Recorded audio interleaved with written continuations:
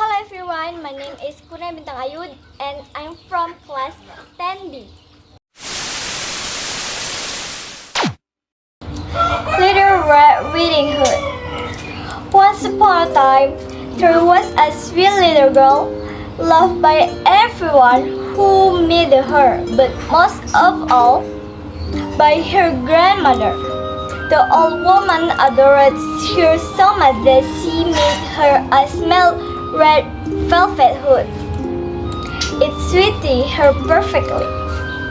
And from that day on, everyone called her Little Red Riding Hood. One morning, her mother said, "Come, Little Riding Hood, have a piece of cake and a bottle of Zamzam water. Take it to your grandmother. She's sick and weak, and this will do her good. Go before the gets too hot.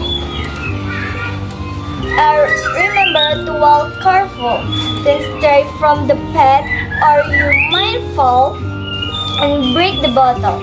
And when you arrive, don't forget to say good morning before you peek around her room." "I'll be careful, Mom," said Little Red Riding Hood, and she promised with a smile. The grandmother lived deep in the forest, about half a language from the village. Just a Little Red Riding Hood entered the woods and walked ever on the path.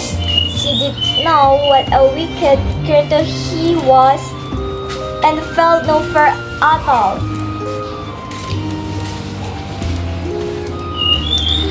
"Good morning, Little Red Riding Hood," sighed the wolf. "Good morning, Mr. Wolf," she replied politely. "Where are you going so early?"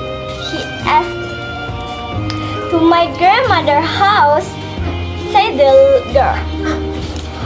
"And what's in your basket?" "Cake and Zamzam water. Grandma be sick, so mother sent to me to cheer her up." "And where's those your grandmother live?" asked the wolf. "A little further into the woods, under the three great oak trees, near the hazel bushes. You must know it," she said. The wolf licked his lip and thought, "What a tender you would think. She tasted even be better than the old woman. I'll eat them both, but I'll have to be clever about it." He walked beside her for a bit, saying silly, "Look, how pretty the flowers are here, Little Red Riding Hood. Why you not pick some for your grandmother? And listen, don't you hear how sweetly the birds are singing?" You walk along so seriously, as if you were going to school when the forest is alive with joy. Little Red Riding Hood looked up and saw sunlight dancing through the tree, making the wildflowers sparkle. "Grandma will love a bouquet," she thought. "I still have plenty of time." So she stepped up the path the grand flowers. As time she picked one, she saw another even pretty farther away, and she wandered deeper and deeper into the forest.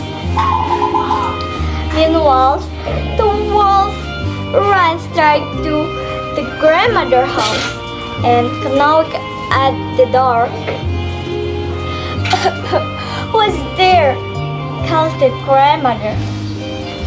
"It's me, Little Red Riding Hood," she said to Wolf sweetly. "You've brought you cake and zamzam water. Lift the latch," said the grandmother.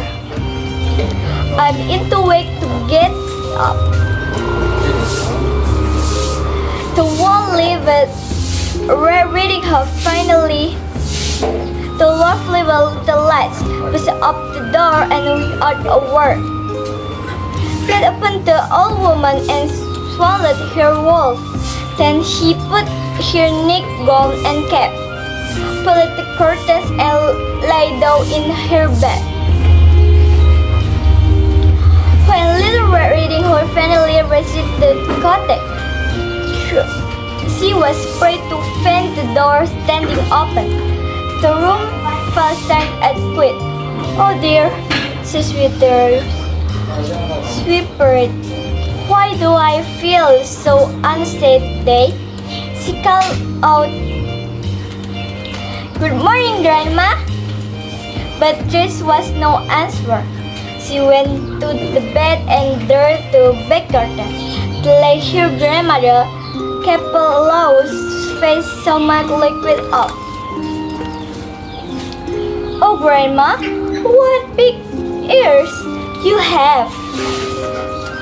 To better hear you right, my child," came the darling reply. "But Grandma, what big eyes you have! To better to see you with, my dear. And what big hands you have! To better hug you."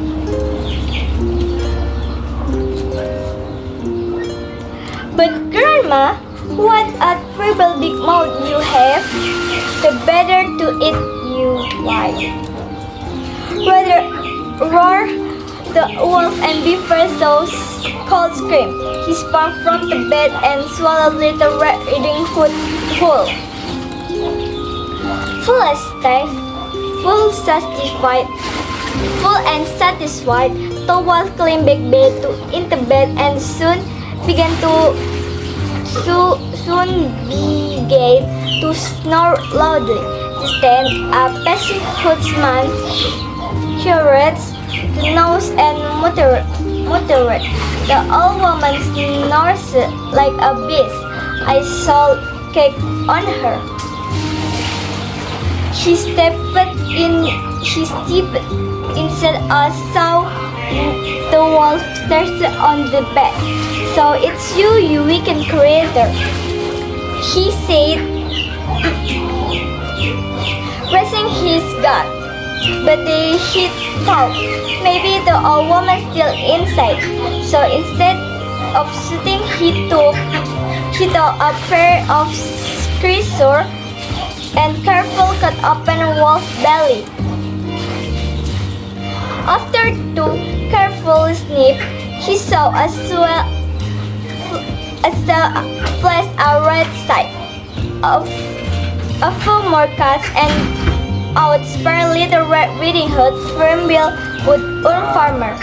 How frightened I was!